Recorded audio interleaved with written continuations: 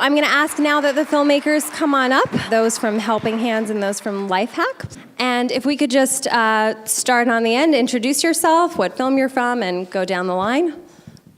I'm Mike Jacobson, and I wrote and directed Helping Hands.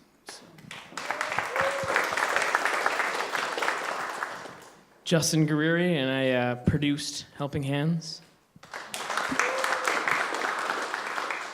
I'm Merritt Reed. I acted and produced in Helping Hands. Sloan Copeland, writer, director, producer of Lifehack. And Jessica Copeland, producer, actress in Lifehack. Awesome. Thank you guys so much. I hope that everyone enjoyed it. It sounded like there was a lot of raucous laughter in here, so I'm guessing yes. No. All of you guys did a wonderful job. I'm going to start off with a few questions for our filmmakers, and then I'm going to open it to the audience. So start thinking of your questions, all right, guys? My first question for whoever would like to take it is, what inspired you to make your film? I got the mic, so I guess I'll start. It was just subject matter that I was fascinated by for like the longest time. It's not based on personal experience. No, I wasn't taking Herman for the circus one day, and I was like, oh, this will make a good subject matter. No, I was just fascinated with specifically privacy versus security and where we kind of draw the line, and it's different for different people, and how much privacy you're willing to give up for safety and security. This is like a long time ago when I was seeing surveillance cameras become more and more popular. I was trying to think about, like, in the future, what issues could come about. And this about 10 years ago, I started having the actual idea for this script. This is, I don't want to sound like pretentious, because when I mentioned this to people, nobody was talking about hacking like 10 years ago. It wasn't up until like 3 or 4 years ago where it started to become more and more of a headline. So, yeah, like Well, yeah. When he first told me about the title, he was like, "Oh, I'm going to name it Lifehack," and I was like, "Well, it's a little outdated." Hack, you know. I felt like hacking was so, and really, I can tell nobody can imagine that. Really, the climate has changed in 5 years after the iCloud scandal and the elections and everything else. So it was really timely. Yeah, so I was looking to kind of take advantage of something that I saw was going to be an issue in the future. And again, this was like 4 or 5 years ago that I really started to work on it. Once like Jess said, the iCloud hack and the Sony hack became big stories that were breaking, I realized I have to be careful to kind of future-proof it as much as possible, because things in everything but in technology evolves so quickly that I couldn't be that specific with any certain events that happen. So I try to keep it as broad as possible, but also keep it as relevant for, by the time we were shooting to post, to by the time it was released, that it would still stay relevant. So I think you guys did a fantastic job. Thank I know you. that I'm completely paranoid now about my computer, so. It's really scary. All that stuff is that easy. You achieved your goal. I put the tape on because I was one of those people who didn't have it on before. So now I do. Good, thank you. I'm glad. So we'll pass the mic. Yeah, this is for you, buddy. 98% of that was what happened to me in real life. I had a feeling. That's it. There's nothing. Well, you survived, and now you made other people laugh, so I think it worked out for you, hopefully. Yeah, Hopefully you're not too scarred. I was working on as a production assistant on the Chuck Wepner film. Okay. Chuck. It's called Chuck, with Liev Schreiber. They all hated me, and I was like sitting outside with the scene when, he's watching the gear for 3 hours, and that's the scene in real life when I was like, I should write a goddamn film about this, because this is hilarious. I'm glad that you did. I enjoyed it. I think everybody in here enjoyed it. So that's it. There's nothing besides that. So. All right. Well, I'm going to move on to my next question. Good. Then. All right. Should. So my next question, and then I'm going to open it up to you guys, is I know this is a tricky question because everything on a film set is difficult, but if you can tell me what was the most difficult thing while you were on set? Okay, so the most difficult thing, wow, what was it? I don't know. Oh my God, yeah, you're right. Okay, so the end scene, we purposely drove into traffic so we can get that shot of him getting stuck in traffic. The problem was we didn't time it right. So we were driving around for hours trying to find traffic, and that that one shot, he panned to the traffic on that one street, and like, that's it. We're rolling with this. Is all we have, because there wasn't traffic. And it was a nightmare because our actor, he was 19. He was driving a piece of crap car because we wanted to look like a piece of crap, of course. And he's never driven in the city before. So we're asking him to drive this crappy car, and drive in the city for the first time in his life. So I totally forgot about that. I'm having a seizure for him. That was the hard. Oh my God, I was doing sound in the back seat, and I was so sick. It was awful. Oh my God, it was great. It was great. Good times. Oh my God. Good times. So that was the hardest part for Helping Hands. Got pulled over by police. Oh yeah, that too. Yeah. We ran some red lights and stuff as well. So. Oh my gosh. Well, that does sound difficult. I don't blame you. All right. Here you go, buddy.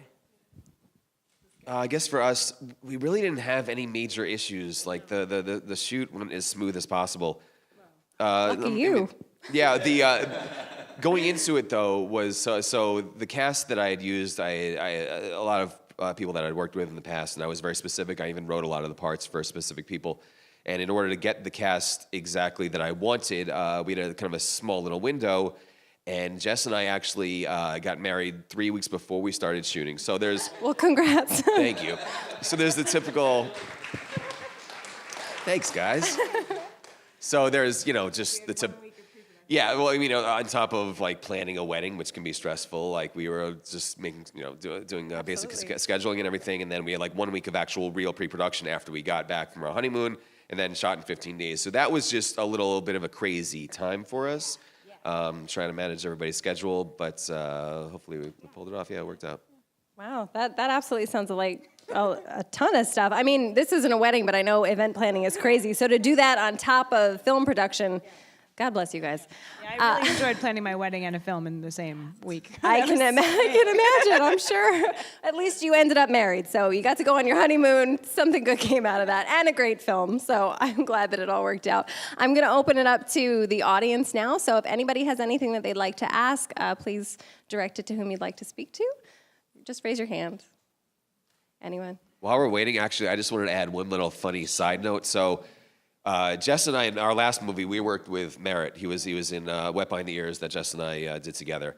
And a funny other story is Alex, who plays the lead in Helping Hands. If you guys remember the acting class, that's where Jess met Merritt. That's their actual acting class, and Alex was in that scene. So, and it just coincidentally, we happened to be here at the same festival. We noticed that after the fact, and we're like, oh, that works out.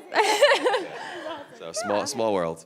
Good, I'm glad. All right, this fun audience, you guys are too talkative. You gotta calm it down. All right, I got one over here.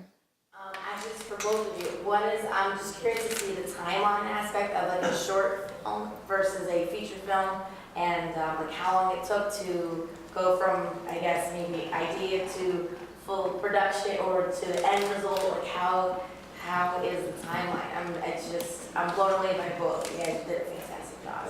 So I just want to repeat for video purposes. The question was, what is the timing difference for a production of a short film versus a feature film?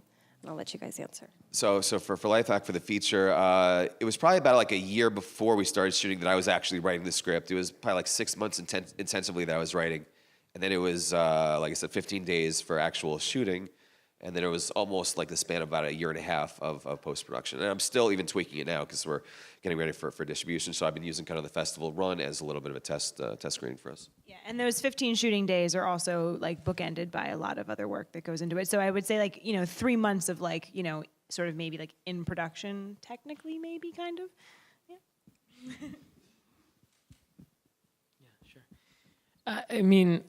It should have taken us a little bit shorter, but it took us a little bit longer of a time to finish our film.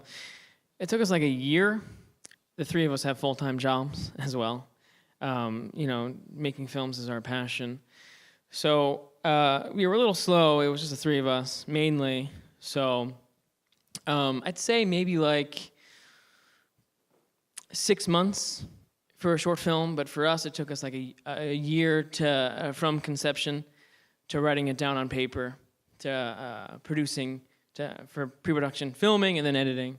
So, yeah, that was basically the time frame for our short film. Okay, good question.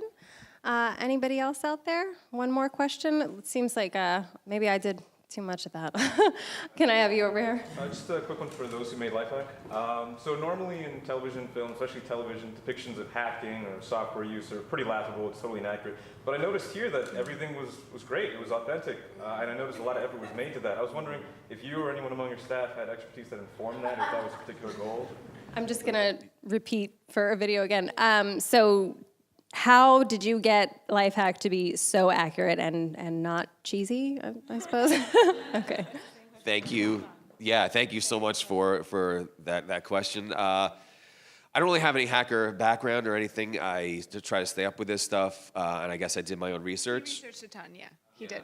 But we got invited to play at DEF CON, which is actually the biggest hacker convention in the world, and that was the one screening that I was a little worried about. For like your average layperson audience, like I do think that we do a pretty good job of making it plausible and believable. But for the hacker convention and the hacker audience, I was like, these are the guys that will be able to pinpoint. I don't know what this 00 thing is and where did this come from and that. But luckily enough, they loved it. They loved how they were portrayed as like real people. They loved that we didn't like Hollywoodize it, which was more just a practical decision. Yeah, like they talk about, like you watch like Black Hat or any like hacker type movie, even like Mr. Robot does that to a certain extent, where like somebody logs in and they try to make it all cool, and you go through this like virtual like you follow like exactly where like the feed is going into the server, and you see like all this great digital visual artistry, which when I was in post, I was like, maybe I should do more of that, because I don't like to tell the story with the exposition. I want to show as much as possible versus telling. But yeah, they liked it, and I was so pleased that if we won them over, then hopefully, you know, we're not going to get criticized by anybody else. But I definitely was worried about myself. Like I used the name Incognition to be like a version of Anonymous, because I was literally scared that Anonymous is one of those hacker rings that they're the biggest in the world, and they'll totally come after you. So I was really worried that if I don't portray them properly, they will come after me. And like in the movie, there's really not much you can do. So that scared me a little bit. But I was happy that the DEF CON community were so welcoming and happy with what we did. Well, good. I'm glad that so far you seem safe. So far, so we're good. We're happy about that. Although if we were hacked, then I'm already thinking about like, well, then I can use it as like a life, imitating art, imitating life type story. So hopefully that'll give us a little bit more of a buzz. Exactly. Such an artist mind. You're already I hope that prepared. doesn't happen though. Fingers crossed for you. All right, one more round of applause for our, I'm sorry guys.